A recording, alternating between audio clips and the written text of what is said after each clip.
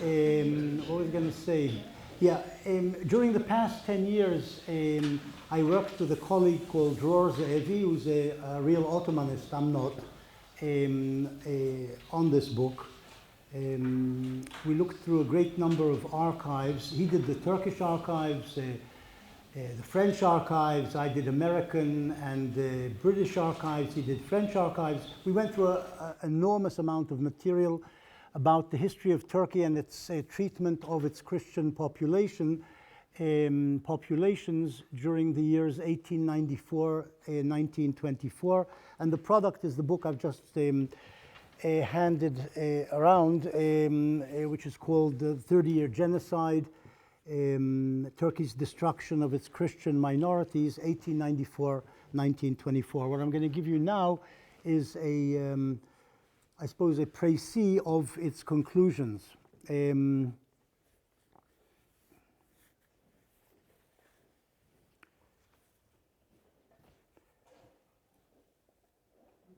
the years we're talking about 1894-1924, the Western powers, especially the United States, had dozens of diplomats stationed in various parts of Turkey, consuls in various provincial capitals, and dozens of missionaries lived and worked around the country. Over 100, something like between 100 and 200 during the end of the 19th century, beginning of the 20th century. Similarly, Germany had diplomats and missionaries stationed around Turkey, and we have gone over a great deal of German material as well as some Greek materials. This is in addition to Turkish, British, French and American archives. Our conclusion after 9 years of research and analysis is that the three successive Turkish regimes, the Ottoman regime under Abdul Hamid II before World War I, the Young Turks, or the CUP, the Committee of Union and Progress regime during World War I, and Ataturk's nationalist regime during 1919-1924, all adopted and implemented a policy geared to ridding Turkey of its Christian inhabitants. Despite the thorough purge of the Turkish archives over the decades after 1924, it is clear from reports from the provinces that the Turkish governors and military were acting on orders from Constantinople when they carried out this process of, I would call it, genocidal ethnic religious cleansing. This is probably the accurate definition, even though the book is called The 30-Year Genocide. What happened over the 30-year span accurately can be called the genocidal ethnic religious cleansing of the Christians from Turkey's soil. Between 1894 and 1924, Turkey's Muslim rulers destroyed the Christian communities of Asia Minor, Eastern Thrace, and the Urmia district of Persia, Armenians, Greeks, and Assyrians, or Syriacs as some people call them, in a staggered campaign of mass murder, expulsion, mass rape, and abduction of women and children, and forced conversion to Islam. The campaign enjoyed mass support among the Muslim population and was carried out by Turkish soldiers, policemen and civilians, and by their helpers, chiefly Kurdish tribesmen, but also Circassians, Chechens, and Arabs. In the 19th century, about 20% of the population of Asia Minor was Christian, and on the eve of World War I, the Christians probably numbered 3.5 to 4 million people. By 1924, less than 2% of Asia Minor's population was Christian, and today, incidentally, 99.8% of Turkey's population is Muslim. 99.8%. It was 20% 100 years ago. Armenians claim, just over 100 years ago, Armenians claim that between 1 and 1.5 million Armenians were murdered in 1915-1916. Modern scholarship has tended to reduce this number to 600,000 to 800,000, but another 200,000 died earlier during 1894-1896, and some 25,000 were killed in 1909, and tens of thousands more were killed during 1919-1924. So for the whole period 1894-1924, the number of Armenians murdered is around 1 million or more. Greek historians have put the number of Greeks killed, I'm talking about Anatolian Greeks, people who belong to the Greek Orthodox Church, usually spoke Greek, though often just Turkish. They numbered, the number killed of Greeks during 1894-1924, Greek historians say is between 1 and 1.5 million. This number appears exaggerated, but certainly hundreds of thousands of Greeks were murdered by the Turks. Even pro-Turkish academics such as Justin McCarthy admit this, as well as at least 250,000 of Assyrians were murdered by the Turks during those years. We have concluded that 1.5 to 2.5 million Christians were slaughtered by the Turks during 1894-1924, and about 2 million were expelled, 1.3 million of them reaching Greece. Moreover, the Muslim Turks destroyed the social, economic, and cultural religious infrastructure of these communities. Almost all Christian homes in thousands of towns and villages were destroyed or taken over by the Muslims, and all churches were leveled, save for a handful that were converted to mosques. The Turkish rulers during the 19th century came to hate their Armenian subjects. Since its inception, the Ottoman Empire had allowed Christians to live in its territory, but on condition of political and social subservience. In the eastern marchlands, the Armenian peasantry, if you look at the map, which I handed out, the eastern areas, this is unfortunately a modern map of Turkey, but the areas in the east around Van, Bitlis, Erzurum, Trabzon as well, Kars, the Hakkari, this whole eastern area, then called the 6 Armenian provinces, though by Armenians, the Turks never admitted that there were majorities of Armenians in these provinces. In the eastern marchlands, the Armenian peasantry lived in a state of vassaldom, paying tribute to sedentary and roving Kurdish tribes and massive bribes and taxes to local officials. But with the opening up of the empire to the west, including commerce and education, we're talking about the middle of the 19th century, the winds of liberation and nationalism, which began to affect the Turks and the Arabs, also affected the urban Armenians who lived in the big cities in the east, and to a lesser degree, the Greeks of Asia Minor. The Muslim Turks regarded the urban Armenians' increasing prosperity and demands for equality as a threat to their social and political supremacy, and the Armenian demands for greater freedom and even autonomy, when coupled with Western and Russian diplomatic interventions calling for so-called reform and occasional threats of military interventions on behalf of the oppressed Armenians, all of these the Turks regarded as jeopardizing the empire's territorial integrity and political stability. In the late 19th century, the rise of Armenian political parties and occasional Armenian terrorism underlined the perceived multiple threat. The Hamidian regime responded in 1894-1896 with massive anti-Armenian pogroms, which failed to elicit any foreign military intervention. Against the backdrop of World War I and exploiting the fog and exigencies of war, the CUP decided to finish with the Armenian problem once and for all and began to eradicate the Greek and Assyrian problems as well. This is what's called the Young Turks, the CUP. Armenians were rounded up from almost every area of the country and sent on endless death marches. In 1914-15, young able-bodied men were disarmed and then either murdered on the spot or consigned to military labor battalions where they died a slow death. Women and children and the old were sent southeastwards towards the Syrian desert around Raqqa and Deir ez-Zor. Most died along the route. Most of those who survived the deportations of 1915 were murdered systematically in 1916 in the second bout of mass murder along the Euphrates. In early 1914, the Turkish government initiated, this is before World War I, the Turkish government initiated a campaign of deportation and exile vis-a-vis the Greeks living on the Aegean coast, what you see on the map, Izmir, south of it, Aydin, and so forth. The Turks initiated this campaign of deportation against these Greeks living on this coast, and to a lesser extent against Greeks living elsewhere in Asia Minor. The government, using the CUP's local agents and gendarmerie, employed a variety of covert tactics, including economic boycott and low-level violence, to harass the Greeks into flight. Dozens were killed and some 150,000, it's a large number, 150,000 fled to Greece. This is in the months January to June 1914, before the outbreak of World War I. During the subsequent World War, the Turks brutally deported inland or to Greece, which stayed out of the conflict until June 1917, hundreds of thousands more Greeks. Many thousands died in these deportations inland to mainly Muslim villages and towns from shootings, beatings, dehydration, exhaustion, and disease.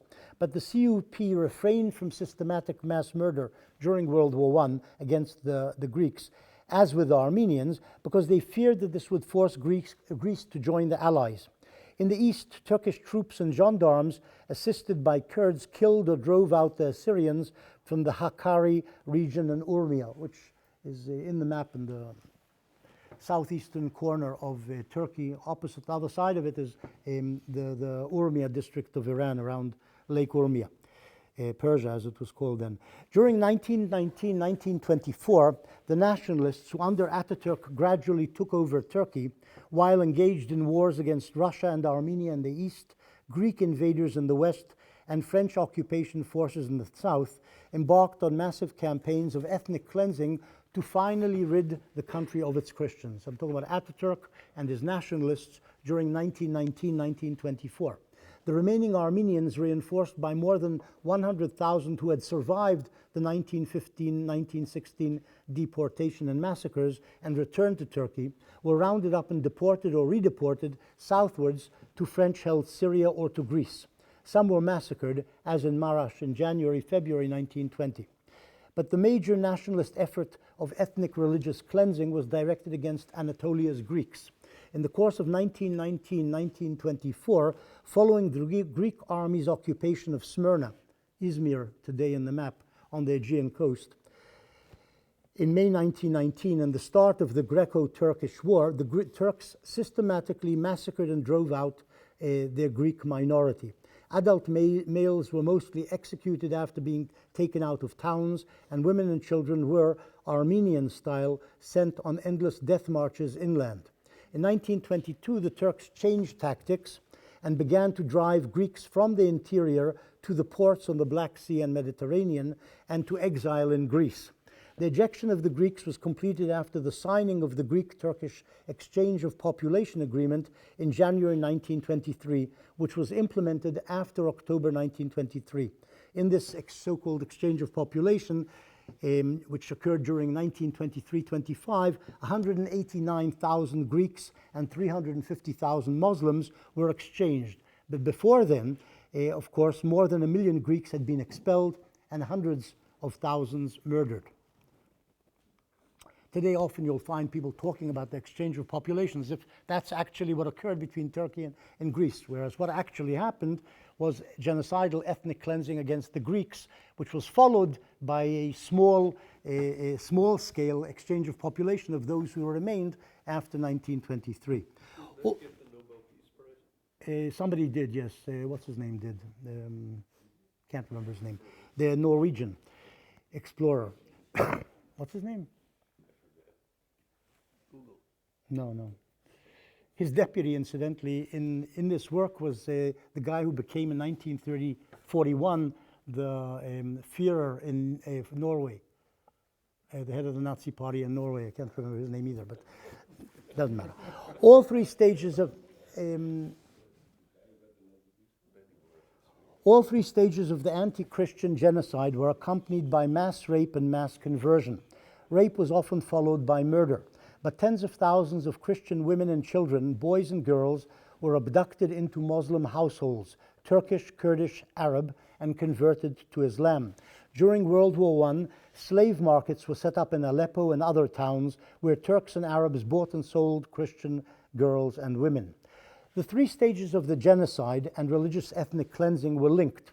All three were driven by anti-Christian, anti-infidel passions and carried out as a jihad declared and egged on by the Muslim priesthood.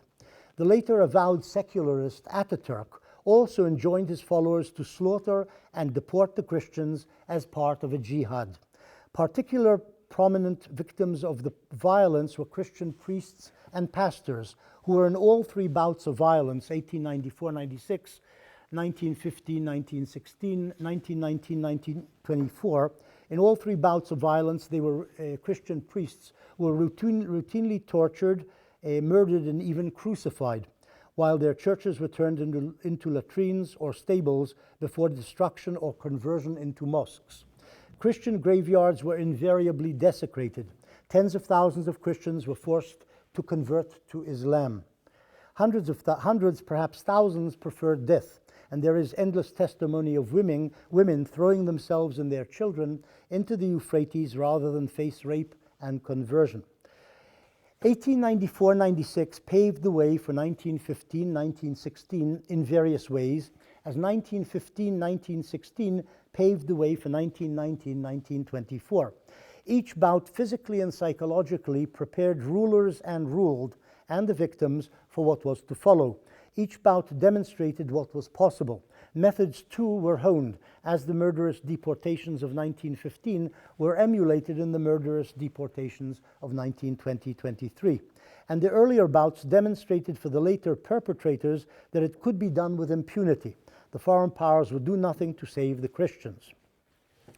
Now, one of the crucial questions one asks, or is asked in relating to the subject is why did the three regimes and their Muslim populations pursue de-Christianization? And that's what was happening in Turkey during these three bouts or over these 30 years. Why did they pursue de-Christianization? Well, the answers we came to, myself and Dror Ze'evi, were one, the Christian minorities, especially the Armenians, were seen as a socio-economic and political threat to Muslim supremacy and the integrity of the state. There was a knife-in-the-back syndrome against the backdrop of a steadily geographically diminishing and weakening empire. They saw these Christians as stabbing them in the back. This is especially true in 1915 itself, when there were Armenians who did participate in a very small way in the defeat of the Turkish army in Sarikamish opposite the Russians who the Turks were fighting. And there you have the exact, knife in the back explanation of what happened, though of course it's fairly irrelevant. It's very insignificant in that battle. Islam, the second reason why the Turks did what they did is, I think, Islam. The obligation to fight and kill the infidel, the enemy of Allah and Islam, and the threat to Islam, which is constantly invoked by the Muslim Turkish rulers. They constantly talk about the threat to Islam by these Christian minorities, which is why often we find softas, that is seminarians, people who are being prepared for the priesthood, and clerics leading the pogroms as occurred in Istanbul in 1895. That you have priests and seminarians at the forefront of people who are carrying out pogroms, leading the pogroms in these towns. All of this is based on this evidence of the consuls, the missionaries, etc. I can talk more incidentally about the sources. I think it's worth discussing if you want later. In most, sorry? Did you say priests? Priests means mullahs, sometimes qadis, muftis, and so on. Didn't want it misunderstood at those. No, I'm talking about Muslim clerics. In most Western reports on the various massacres in all three bouts, Islam is said to be the driving force. That is, this was the assessment of the consuls and the missionaries when reporting about why the crowds were doing what they were doing next to where these missionaries lived and these consuls were reporting. They usually said Islam is what is driving the masses. It may not necessarily be what is driving the orchestrators, the leaders on top. They may use the excuse and rhetoric of Islam, but have other ends in mind. But the mobs who go out on the rampage, kill and slaughter, for them, Islam is the driving force. The rise of nationalism, we put as sort of the third category of cause, a Turkish nationalist sentiment. In other words, this is true, more true about 1915, 1916, and 1919, 1923 than 1894-96. But the sentiment of a Turkish nation aspiring to establish a Turkish state, Turkey for the Turks, as was the phrase used at the time, is behind much of the murder. And you can say at the same time that the rise of Armenian nationalism and Greek nationalism is also triggering the counter effect by the Turks. In other words, their sense of rising Armenian nationalism and Greek nationalism is triggering their own nationalism, which ends up in mass murder. The Greeks at the time, in Greece, there were a large number of proponents of the idea. Among the Greeks in Anatolia, much less. It wasn't that popular, but there was what was called the megaly idea. The idea, and this is true from the 1820s, from the rebellion of the Greeks against the Turks, which led to the establishment of the Kingdom of Greece. From that point on, there are Greeks who are propounding the idea of enlarging, expanding the Greek state to turn it into a new resurrected Greek empire. In other words, it should include the Aegean coast, the coast of the Black Sea. It should include Constantinople, the capital of the Greek Byzantine Empire. So there are people talking about Greek expansionism, which of course is an expression of Greek nationalism, which of course triggers counter passions on the side of the Turks. So what I'm saying is that the nationalism of the Turks, of the Armenian elite, and of some of the Greeks who are propounding this megaly idea, all of them converge to produce this genocide by the Turks. Economic gain is very important, and people have traditionally ignored this subject. Economic gain behind the mass murder in all three bouts is important. It's important on the level of the perpetrators and on the level of the state. The perpetrators, it's quite clear, the neighbors want the property of the neighbors. They see the Armenian as rich or richer or has property. He also has a wife and children whom they would like often.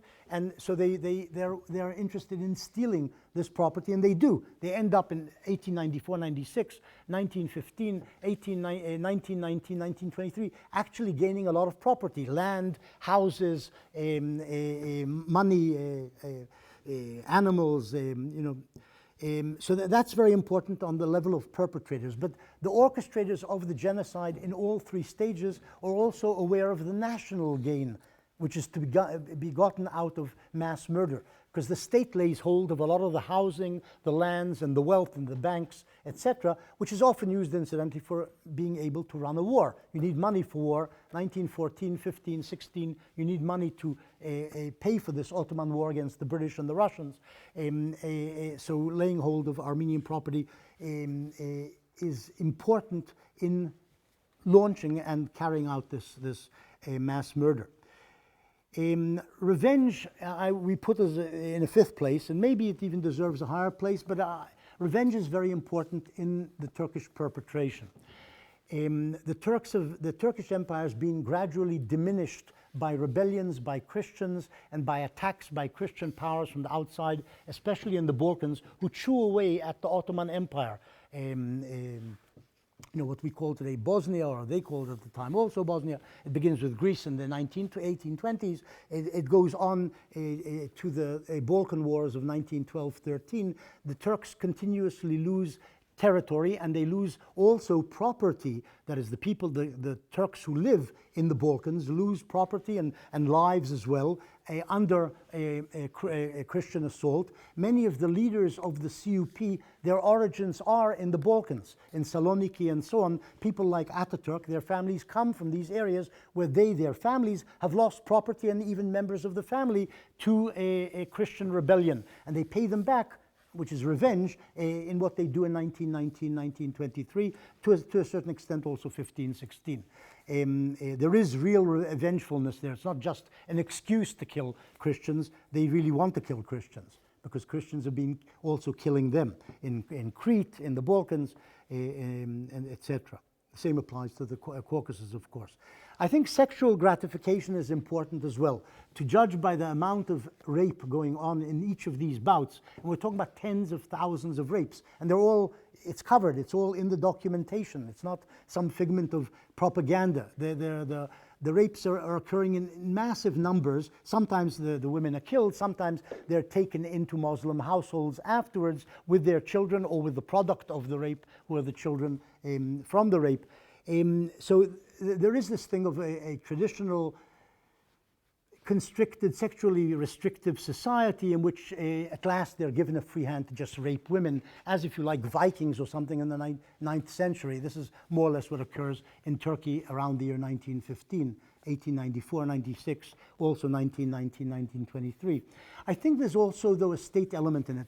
Rapists are not punished by the state. The state doesn't think there's anything wrong with it. Of course, they don't think there's anything wrong with killing, but they also don't think there's anything wrong with rape. And the reason for that probably is, and we found no documentation to show that anybody who raped, and we're talking about tens of thousands of rapes, was ever punished.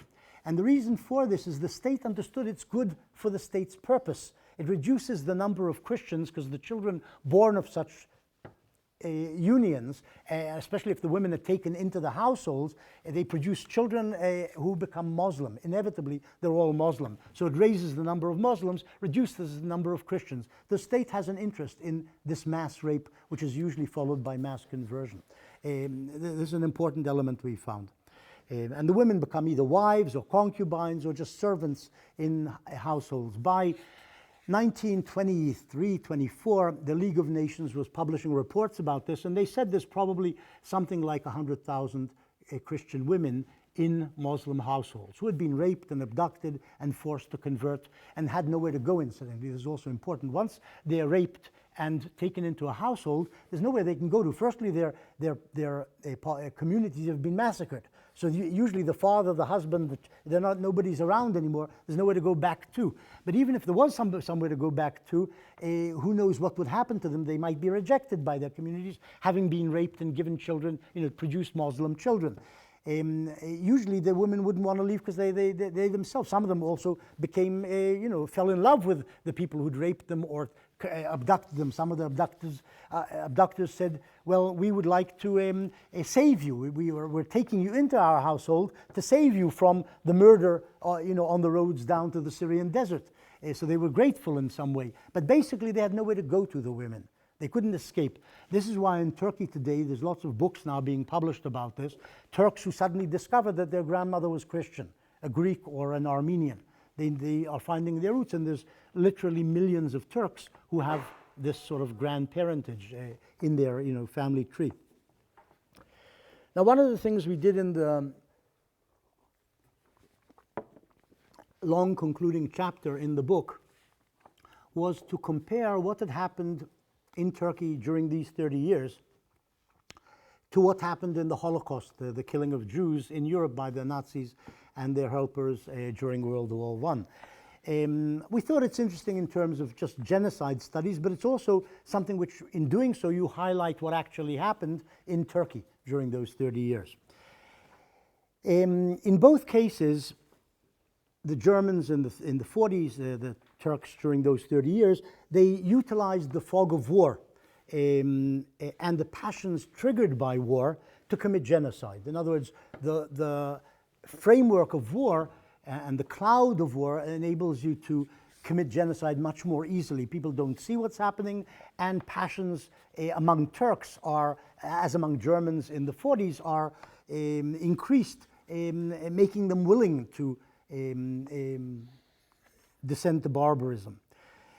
The second thing which is in common in these two periods, the German and the Turkish, is state organization. It's clear that the state organized both things. They don't just happen spontaneously, neither during Abdul Hamid, nor during the CUP period, nor during Ataturk, nor under the Nazis. It's a state organized thing. It's true that the Germans organized much better.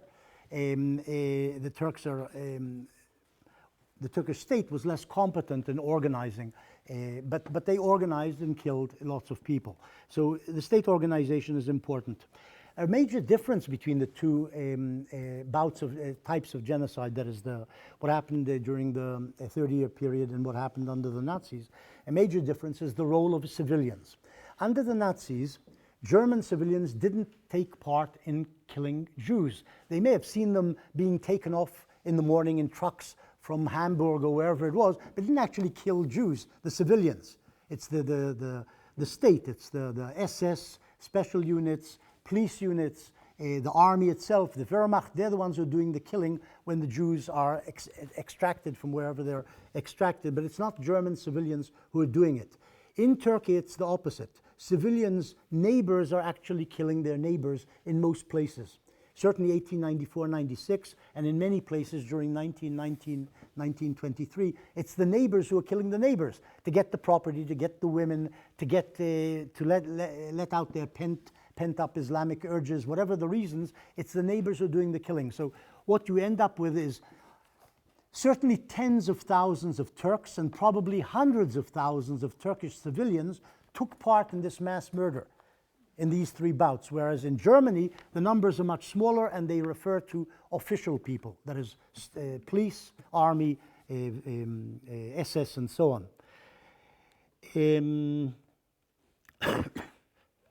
In both sets of genocide, you end up with the instigator nation employing auxiliary nations to do their work. The Germans used Ukrainians, Latvians, Frenchmen, Dutchmen to round up people, even to kill people in various places. The Turks did the same. They used particularly Kurds to do the work, but also Circassians, Chechens, and even Arabs in certain places in the desert to do their work, as well as they themselves doing the work. I mean, they're the main perpetrators, but they use these auxiliaries as well because they're there around and are willing to do the work for money or for women or for whatever the reason is. In both cases, we do have a use of special organizations, apart from the army and civilians doing killings. In Turkey, I'm talking about, but and in Germany, the army and the police and whatever, you do have specially ordained units to carry out killings. In the German case, certainly at the beginning, you've got Einsatzgruppen who are specially ordered and charged with killing Jews. In Turkey, you have something called the Special Organization, which was a shadowy group already active in the war in Libya between Turkey and the Italians, but also later in the Caucasus, and reappears again in 1915. The Special Organization is also tasked not so much with the killing as organizing the killing in various areas where local units or local populations are doing the actual killing. In Germany, the Holocaust, the killing of Jews, you can more or less say happened between 1941, maybe 1940 and 1945. It's an aberration in the modern history of Germany. That is what happened. The Holocaust is an aberration. It's one regime doing something over a certain small number of years, but it's not something which is there in German history in 1850 or 1830. You may have had pogroms in the Middle Ages by Germans, but you also had Frenchmen and Englishmen carrying out pogroms also. It's not something inherent in German history and leading to that. In the Turkish case, we have three different regimes doing it in succession, each one with supposedly a different ideology. Abdul Hamid is supposedly an Islamist, Ataturk supposedly an anti-Islamic secularist, the CUP is just fighting a world war, but all three regimes do it. It's true, it's not throughout the 30-year period, it's in staggered bouts, but it's three different regimes, so it can't be called an aberration. It's a consistent policy of all three regimes, even if it's not carried out through all the years, but in bouts. The use of deception is interesting in both cases. Both the Germans and the Turks use deception in a number of different ways. Firstly, they try and get rid of the evidence. They keep it away from the eyes of consuls and missionaries. They keep missionaries and consuls. They don't usually kill people in town. They usually take them out of town, then kill the men a few miles out, then take the women and children on endless marches. But missionaries and consuls are not allowed to go there. And then they usually kill them somewhere in large masses. There's a number of gorges which I actually visited last summer, where the Kiva Gorge, and there's another one. There's a big lake near Harput where people were killed along the banks of the lake. But these are places removed from people's eyes. And then there are orders. We find orders from Constantinople to local governors to hide the evidence. If there's bodies, there are reports of skeletons along the roads, Talat, the chief architect of the genocide, 1915-1916, the interior minister, he orders the local valleys or mutasarrifs, the local governors, to get rid of the bones, that is, to bury everything. We want to hide the traces of what we did. The Germans did something similar when they destroyed the various camps. They got rid of the crematoria, they got rid of they used lime, get rid of the evidence. This is important to them because all these regimes knew they were carrying out crimes against humanity. It's not as if they didn't understand what they were doing. The Germans understood, and the Turks understood in each of these periods, and that they have to hide the traces, especially as the Allies at some point in both cases said, the Allies in 1942 against the Germans, in 1915 already in May, the Allies told Turkey, there will be punishment for these crimes. They knew of the crimes, so they knew they had to hide things. In both cases, we have the victims going like sheep to the slaughter. Now, we all know the famous stories of, in the case of the Armenians, there's the 40 days of Musadag, and there's some resistance in Van and Zeytun, but essentially the Armenians went like sheep to the slaughter. They rounded them up, they all came to the assembly points, they started walking, there was no resistance. The same applies to the Jews during the 1940s. We have the Warsaw Ghetto Uprising, we have an uprising in Treblinka, but these are unusual, these are extraordinary. In most places, 99% of the places, people go like sheep to the slaughter without resistance, and this is common in both things. Similarly, common in both cases is the non-interference by the foreign governments. They know what is happening in the Turkish case in 3 bouts. They know in each of the bouts what is happening. They make threats. There's diplomatic representations, but there are no actual interventions, military interventions, by none of the powers to stop what is going on. The case, if you like, is most acute in the sense of Turkey defeated after World War I, and there's an American Navy patrol force. Its destroyers stopping off in the various places between 1919 and 1922, stopping off in the various ports from which the Greeks are being deported or being sent inland to die, and the destroyers and their captains stop in the ports, talk to the Turks, talk to the missionaries, talk to the remaining Christian leadership, and they know what's going on and they report it. And that's where we got much of the evidence for our coverage of 1919, 1923 from the logbooks of the various American naval units, but they don't do anything. They don't interfere in anything. And the same applies in the earlier bouts, and the same, of course, applies in relation to the Holocaust.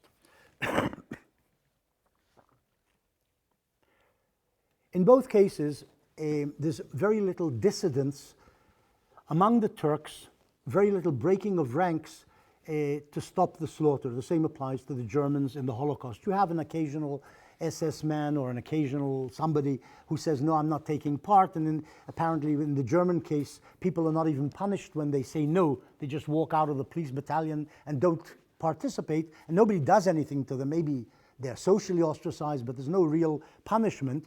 But there's very little of that. Dissidents during the Holocaust, people saying we're not participating. The same applies to the Turks. There's very little dissidence. Occasionally you've got a governor, a vali, or a mutasarrif who says, I'm not taking part, or instead of saying that, he simply stalls and doesn't carry out the orders, or doesn't carry out the orders to deport or to mass murder quickly. Usually simply dismissed. In 1 or 2 cases, the Turks actually execute local governors who refuse to carry out the orders, but there's almost no dissidence. The 1 or 2 cases, Trabzon, for example, 1920 or 21, where a couple of local muftis, religious leaders, even say we don't care about killing the men.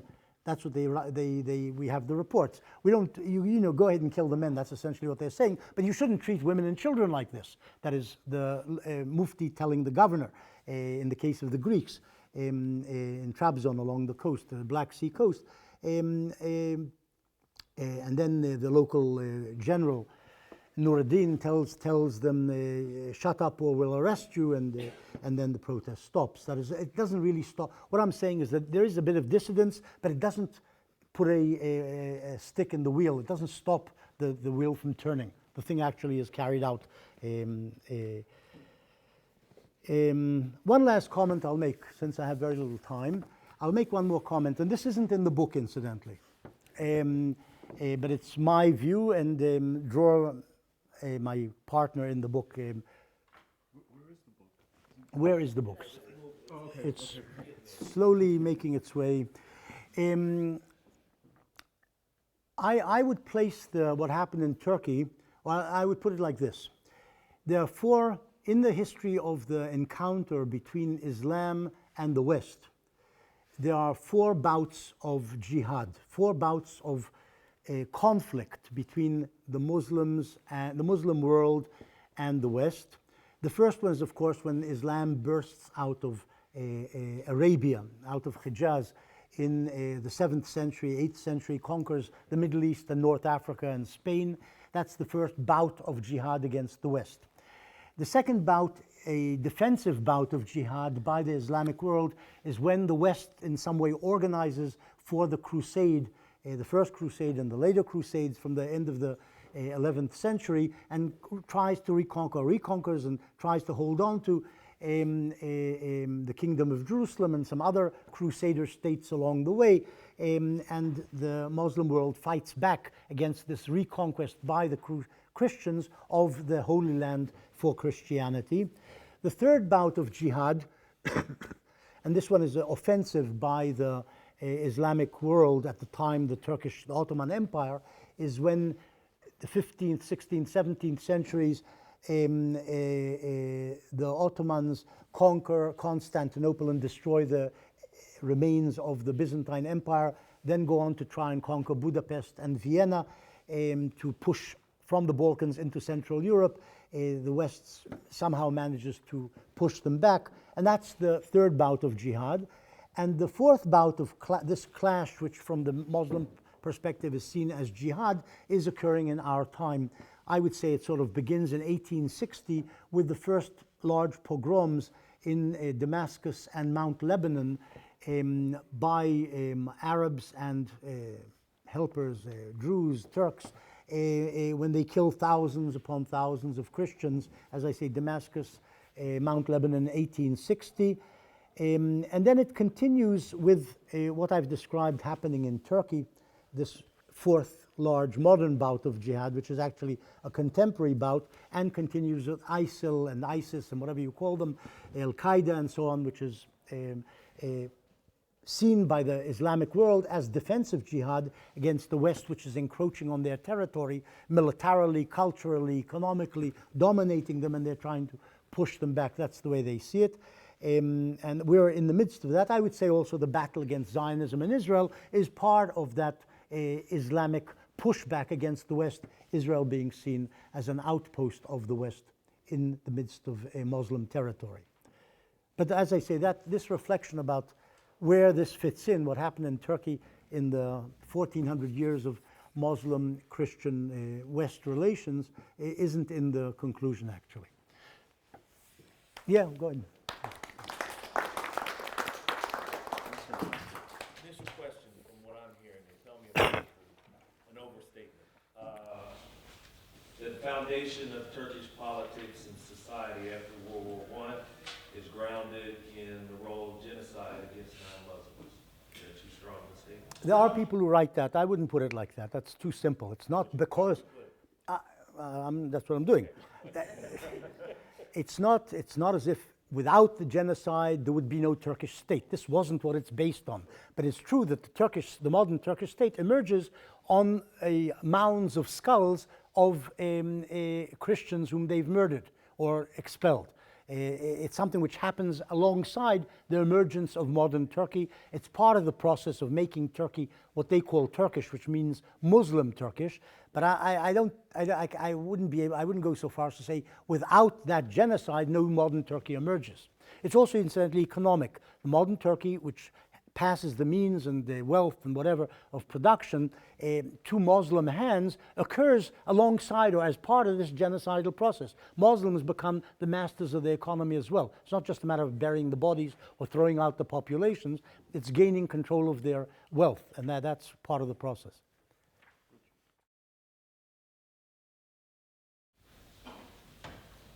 Is Islam doesn't always behave in this fashion. So what, you went through some of the causes, and a lot of the causes were just benefits, but not sort of driving forces. Okay, but the way we put it in the conclusion of the book was that there's this coalescence of a rising Turkish nationalism. This certainly explains CUP 1915-16 and Ataturk 1919-23, though not really 1894-96. A rising Turkish nationalism coming together with defeat or battle in war, battle for existence in war, which is a war for survival of the Ottoman Empire in World War I. It basically falls apart. The empire is destroyed. And the encroachment by foreign armies, 1919, 1920, French, Russian, Greek. In other words, it's a mixture of the nationalism with a very deeply felt sense of religious identity. Islam, which produces jihad to get rid of the infidel. But as you were saying at the beginning of your talk, one of the key elements that sets all this in motion is the decision to get rid of the Christians. In other words, to create an Islamic, not just an Islamic state run by Islam, but a state that only has Muslims. A Muslim free state. Muslim Turks, yeah. Right. Now, one of the parallels that I think of as a medievalist, of course, is when Ferdinand and Isabella decided to do that with Spain. So, you know, what kind of thinking produces this notion that if you get rid of minorities, that's the way to go? Well, the sense of threat by the minorities is important. That is, the majority feels that this minority, which has become stronger, is a threat to you, both because of internal developments and because they can make common cause with the external Christian enemy. Well, that also, with the Christians, that's true, because they're the ones who can be merchants and do deals with the West. It's that coalescence and the fear. That is, to some extent, the Turks use the argument that they are threatened to justify, in the face of Western diplomats, what they're doing to the Armenians, say, 1915. But to some degree, it's just a rhetorical justification. But to some degree, it's also deeply felt. They really do feel threatened against the backdrop of what happened to the Ottoman Empire in the Balkan Wars, in Libya, in Greece, and so on. Is there any element of a notion that this purification of the land would be salvific? Would be? Salvific. We save salvific. I didn't know there was such a word. Where's the thesaurus? Look, I'm sure you'll find priests, that is, muftis and so on, who would say, yes, this is purification. You know, the foot of the infidel is erased from our soil. And actually, Ataturk uses that phrase at some point. Oh, really? Yeah, it's in the book. You'll find it. Yeah. Yes, thank you. Thank you for this great lecture. And I have a child's question, baby's question. It's an important subject, it's a great subject, and my question is why you? In that there are certainly historians that are Armenians, and there are certainly historians that are Turks, and to me, I think that what your lecture reminds me is the notion of Benjamin, of tiger leaps into the past. Of what? Tiger leaps into the past. Historians are jumping like tigers to get a certain moment of the past that illuminates the present. I may have done that in my 20s. I have an unfortunate tendency to keep reading what I read in my 20s. And I wanted to ask you that, to give you this feeling that hearing your two lectures, one after the other, is in a way illuminating. And it is illuminating because it seems to me that one answers a number of questions. What I loved about your first lecture is that you insisted on moments of undecidability. We cannot know, we don't know, and there are areas where it stops. And now we have this sort of a complement which comes like almost like a footnote to the first lecture, but which illuminates a number of perceptions that we could have. And I think that what you are starting is, I believe, is a very, in a way you answered my question by your last chapter, when you started speaking of the sociology of or comparative study of genocides, that there are a number of things they have in common, and I think this is a crucial subject. And fortunately, I hope there are only a few examples, and so that your comparative study is somehow forced to be, I believe, limited to some examples. But one important thing that struck me, and I have a question, is that you showed that both in the German genocide, the Nazi genocide of Jews, and the Armenian genocide, there was this need for hiding, for dissimulating. And I wonder whether this need is exclusively strategic. In other terms, are there issues of which not only it is important that others don't know, but it is important to escape your own shame? Could be. I have no answer to that. We should ask somebody on the right side also. So Larry Okay. and the rest. I'm a leftist. Okay, okay. But you said that in the Nazi genocide, civilians didn't participate, and I just wondered what you thought Goldhagen's book, Hitler's Willing Executioners, was that counter to your point? Yeah, what he's saying is the German people were willing to kill the Jews. That is, it wasn't just a couple of guys, but it was the German people's will, which was expressed by what Hitler and his people did. I don't know. I have no answer. I'm not an expert on the Holocaust either. I actually met Goldhagen not long ago, but he's making a film, he told me. I have no answer to that. What I did say, and that I have an answer to, is the German people, the non-military, non-police, the civilians don't actually kill people. That's the difference. They're not there. Maybe the SS does represent their deepest wishes. That's what Goldhagen is saying. But maybe it doesn't. But the fact is they don't participate in the killing. It's not structured that way. I want to ask about the motives of the genocide. You talked about Christians in general, or is it Armenians, or is it Christians? And to my question, Atatürk was secular, completely secular. He wasn't completely secular. He later emerged as secular. So, was it a genocide of Christians or Armenians? And who No, did it? I think I spoke.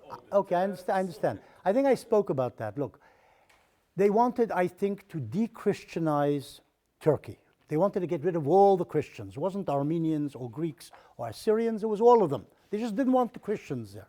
They particularly disliked the Armenians, and that's why the initial bout is completely anti-Armenian, and the major mass killing in 1915-16 is also against the Armenians.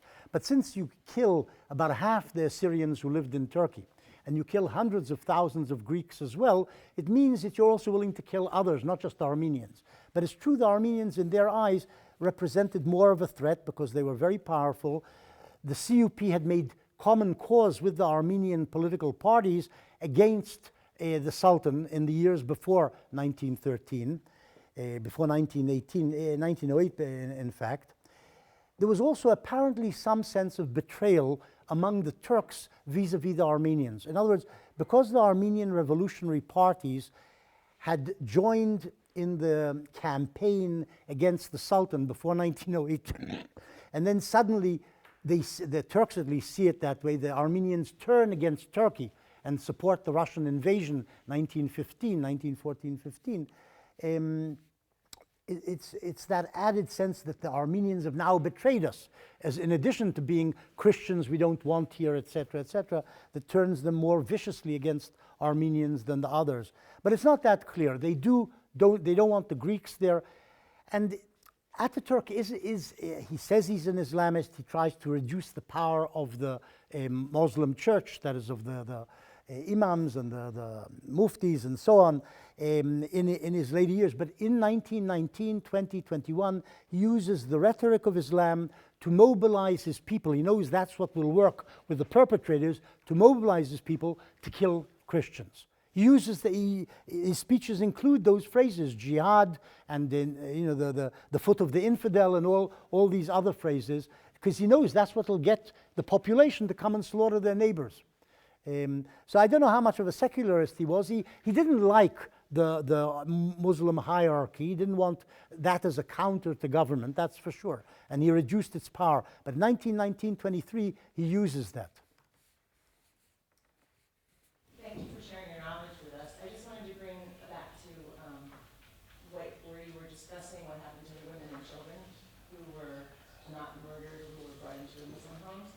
So I just have to state that your term of sexual gratification made me cringe a little bit. I've heard that before. Yeah, I would imagine you have, but nevertheless you used it again. But anyway, that's not my point. My point is, what happened to the children? Like, were these children automatically accepted and converted as well? Yeah. And what documentation, what documents did you find, did you use to come to the conclusions in the treatment of the women and children? The endless documentation. It's all the documentation, the German, the French, the American, the missionaries, the consuls, the the League of Nations had reports about this particular problem of the conversion of the women and children and the mass rape which preceded it and so on. It's endless, the documentation. You have to read the book. I'm not going to cite it chapter and verse. It's in the book. The particular, because it was a rather personal, it was a rather intimate history when you said that these women almost appreciated it because they were not massacred. Well, I don't know if the word appreciated is right, but they felt they had been, some of them felt, some jumped into the river and died. But others felt that they had no choice but to submit because that would save their lives. If they looked to the long term of their lives, where were they going to go? So you have that constantly. You have that. We have women who are interviewed by Western officers. At a certain point, Western officers are able, 1919, to talk to people taken into Muslim households, to women, and they explain things to them. Thank you. That was the kind of documentation I was wondering about. So they were actual interviews. Particularly sensitive to this subject was Rumbold, the British ambassador, called at the time a high commissioner in Istanbul. He reported a lot about this. Well, you'll find it in the book. Thank you. Thank you. I'm sure you probably know this already, but your book was very glowing in the Fusion Spectator a few weeks ago. So if you haven't seen reviews. I think I've seen it. I didn't think it was that glowing, but okay, go ahead. Yeah.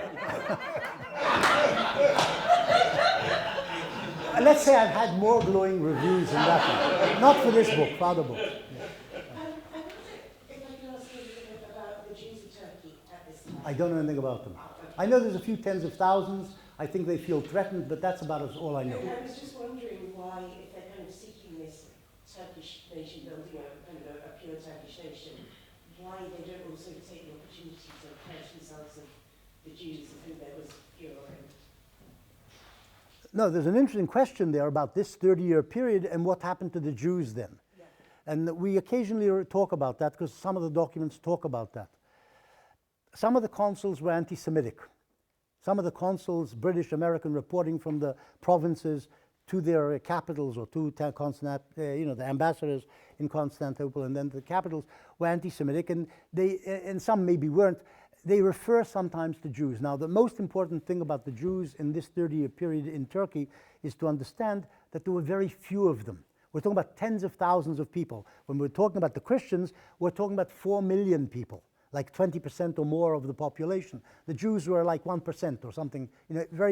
So the Turks didn't relate to them as significant and certainly not as a threat. The Armenians maybe had Russian backers with Russian Armenians across the border prodding the Russians. The Jews had nobody. There wasn't a Jewish state on the border going to help the Jews. So there was no sense of threat. So nothing happens to the Jews, even though the Jews in Palestine in 16, 17 are very fearful that the Turks are going to do to them what they did to the Armenians. But it doesn't happen, partly because of American and German intervention in Istanbul. Nothing happens because there are some Turks who would like to get rid of the Jewish community in Palestine, but it doesn't happen. But in Turkey itself, the Jews are insignificant. Occasionally, you have reports, and here I'm saying there's this anti-Semitism, but maybe it's true, maybe it's not anti-Semitism. There's statements by consuls, the Jews are exploiting the circumstances to make money. In other words, the Christians are leaving, the Jews are taking hold of their property. And they specify Jews, whereas, of course, it's Turks who are basically taking over the property, but you have this thing about Jews also doing it in some places.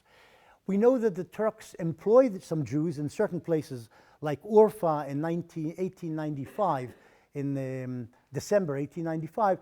The Turks employ local Jews in Urfa to take away the bodies, because the bodies which have been burnt in the cathedral, they slaughtered between 3,000 and 7,000, the Turks slaughtered between 3,000 and 7,000 Armenians in Urfa Cathedral in December 1895. And the place was full of ashes. The cathedral smelled terrible, and everybody reports about that. And then they got the Jews, they mobilized the Jews in the town to take out the bodies, or what remained of the bodies, the charred bodies. So we have that also, that the Jews being used. But otherwise, there's almost no reference to the Jews because they're not important. They're not an actor in any way. In the book, you have mentioned an unfortunate sequence of accidents. The government said that the event was an unfortunate sequence of accidents. So, how does the present government and the people perceive this situation? Because accident, I don't think, justifies the sufferings of Christians.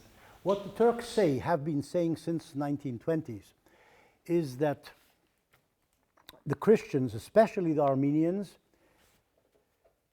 were enemies of the state. They helped the external invader, the Russians or the French or the British, to attack Turkey, and therefore had to be removed from the areas of combat. It's nonsense, of course, because they were removed not just from the front lines, but from everywhere.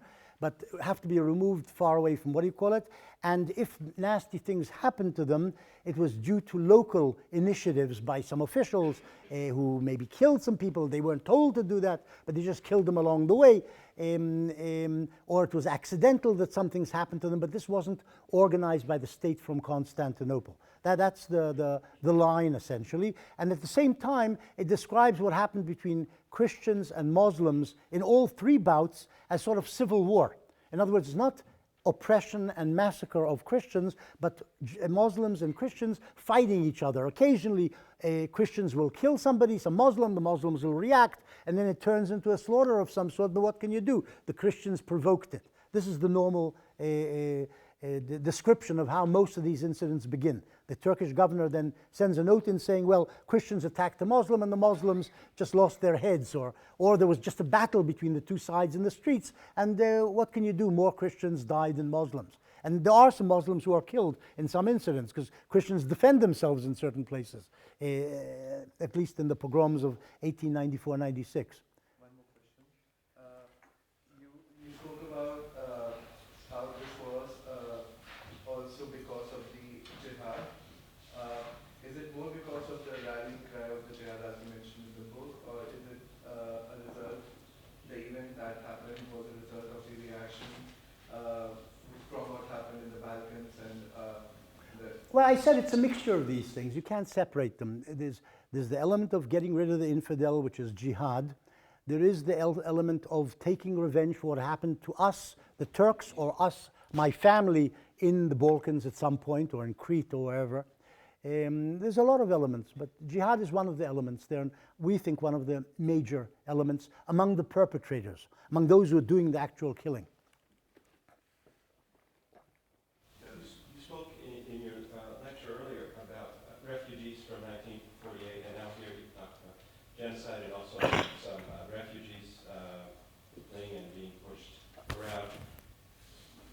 How important is it that refugees and their descendants be returned or put back to where they came from as a principle? I don't know. They have the right to go back, all of their descendants, until the end of time, as a general principle.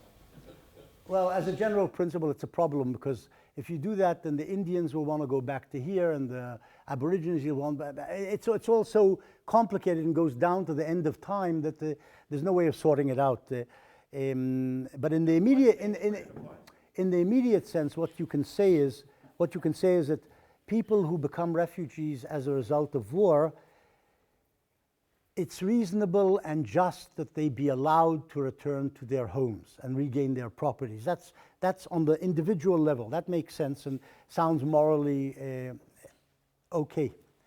But the problem is that each of these refugee problems isn't a individual problem, it's a collective problem and a national political problem.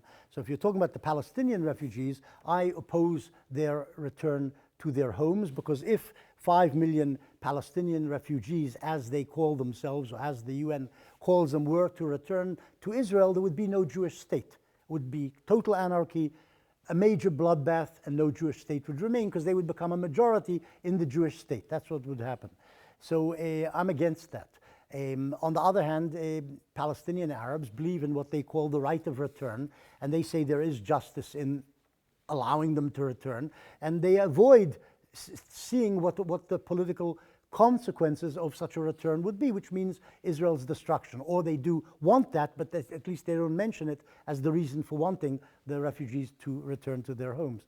There's no general principle or formula for when refugees should be allowed and shouldn't be allowed, but I think one has to separate between the individual will of refugees to return and their right to return to their places, certainly in the immediate future after their turning into refugees, and the national problem mass return would involve. Ask the question next. Okay. I want to ask about memory policy. So, I mean, like, for example, on your lecture, you compared Holocaust and the Armenian genocide, and I want to ask, were the re-education, like, after, like, after Holocaust, were re-education of the Germans? There were some kind of risk.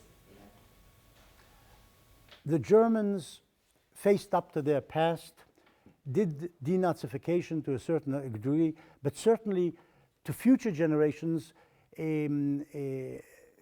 presented a face of remorse and compensation for what happened to a certain degree, and faced up to their past and admitted to what they did.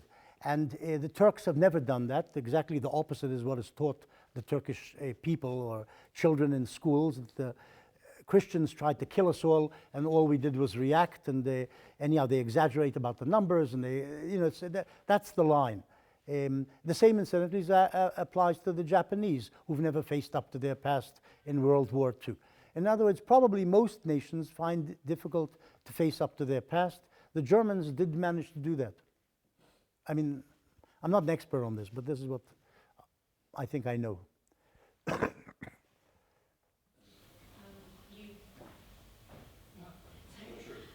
mentioned all the similarities, and one question just came up. Do you think the Nazis actually looked into this genocide as somewhat of an inspiration?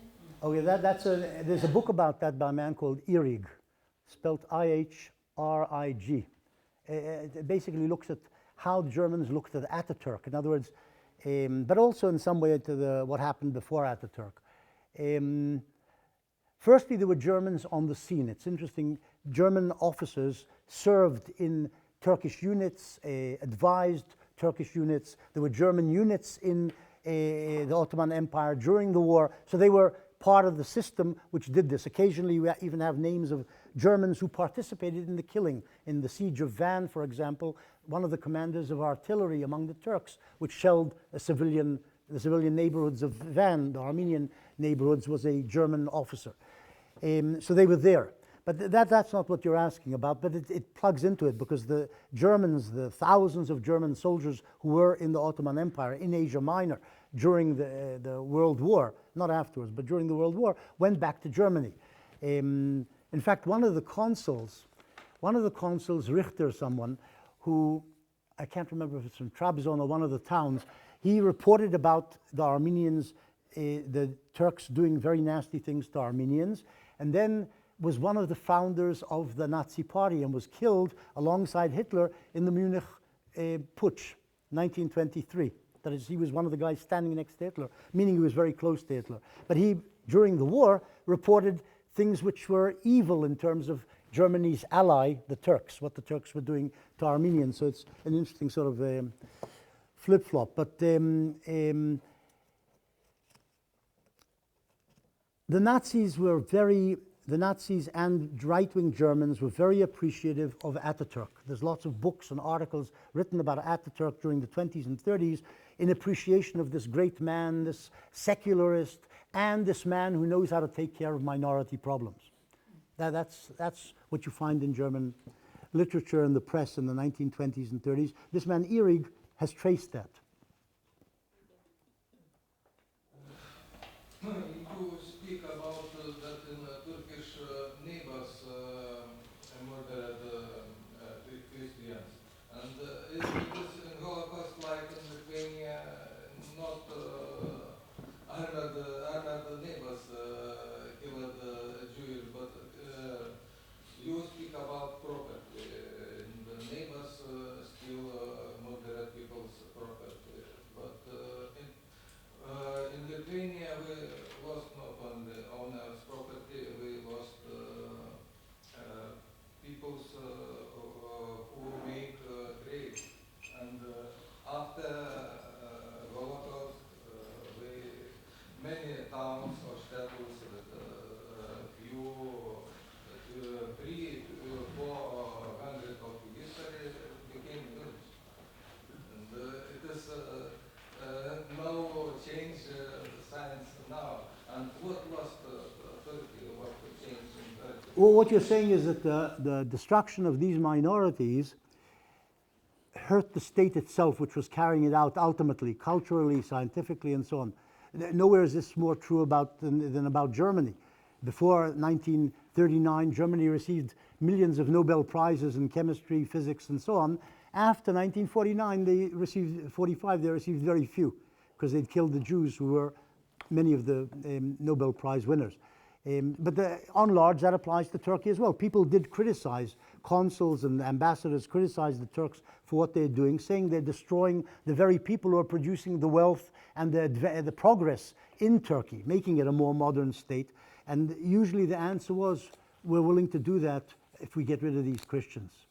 If that's the price, that's the price. We have to get rid of them, then we'll progress. So Ben, I have a question. Based on your two lectures, I want to kind of bring you more to some of the issues you discussed in the conference so far.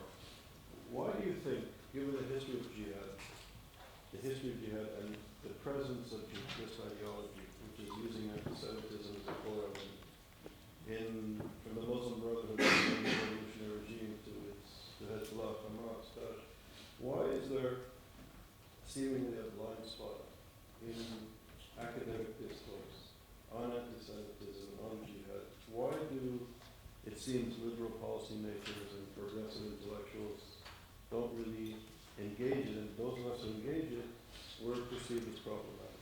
What's going on in your view? I'm not And in answer to that, Okay, well, I'm just adding to your question, which is, Look, I'm not an expert on this. I have never investigated it. I read articles occasionally, and I think the answer is multi-leveled. Firstly, the power of the Muslim world is such that people are afraid to provoke responses, reaction from powerful people, economically and others. That's without doubt. For example, ads in newspapers. Newspapers are afraid to publish anti-Muslim articles because there will be a boycott of the ads, the ad pages. That's one thing, the economic power. Another thing is there is a real guilty conscience in the West about how the third world, including the Muslim third world, was treated over many decades. We treated them badly. We now have to let them off, give them a hanacha, what's the word? What? A break. It's more than a break. What? Yeah, maybe cut them some slack. Yeah, maybe. Um, um, we did nasty things to them, even though it wasn't really mostly against the Muslim world. It was mostly against Africa and so on. But we have to be more careful about what and how we criticize them. There's also, I think, fear, real physical fear of terrorism. What they did in Charlie Hebdo can happen in any place. You know, publish the cartoons or you publish whatever it is, and you'll be punished by Muslim fanatics or not fanatics for what you do. So there's real basic fear. This applies to journalists, for example, who work in the Arab world. This I know, who sit in Beirut and report about the Hezbollah. What are you going to report about the Hezbollah if you want to save your neck? Yeah, you have to be very careful. Which doesn't apply for journalists working in Israel. Nothing's going to happen to them if they write nasty anti-Israeli pieces. But you can't do that with the Hezbollah in Lebanon or with the Hafiz Assad in Syria. So that's also important.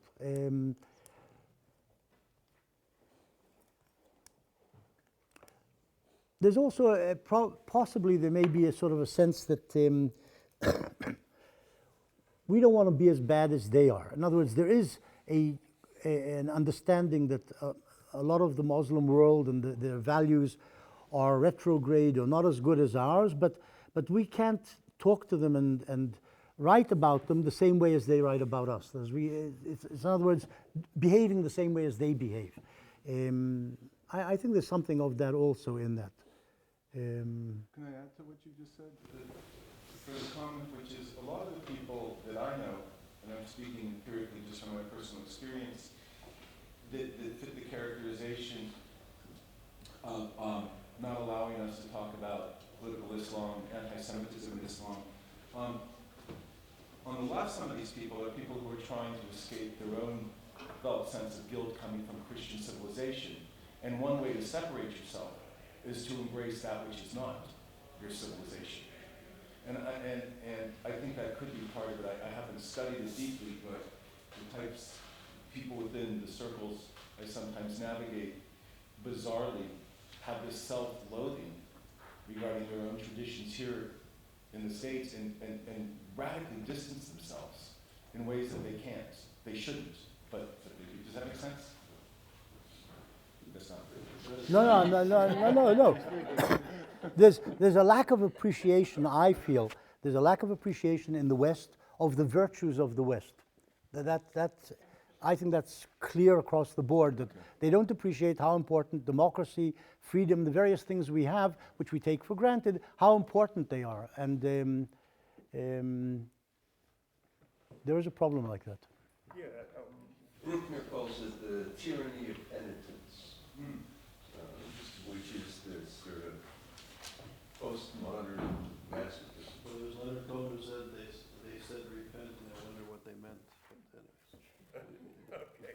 So, but do you think that the issue of not discussing it in, let's say, public and academic discussions is related to the unwillingness to intervene? Because one of the striking things about what's happening now to Christians in the Middle East and what happened then, and the lack of intervention both times, today, astonishing. Yeah, I have one comment about that. There was an article not long ago in The Guardian about some would-be women jihadists in Britain who either went or wanted to go off to Iraq to help their sisters and brothers. In the Islamic world, there is real fellow feeling and a sense of brotherhood, and if something nasty is happening to your brother in Iraq at American hands, or it doesn't matter who, if it's true or it's not true, it doesn't matter. The senses of grievance there, you are part of that ummah, that community, which you have to help the other part of the ummah fend off. Yeah? And this doesn't exist in Christianity. In modern, it may have existed in the Middle Ages among Christians who went off to fight in the Holy Land, maybe, but it doesn't exist in Christianity, the sense that Christians are being persecuted in Iraq, today, so what, who cares? Christians in Denmark don't care about that. Okay, but don't you have to explain that? I'm not saying you don't have to explain, I'm just saying it's a fact of life, that's the way it is. Among the Muslims, there is a real sense of brotherhood. It doesn't exist among Christians, vis-a-vis Christians who are being persecuted. Dave, final question? Oh, you had your hand up. That's it? Anybody else? All right. No. Benny, thank you so much.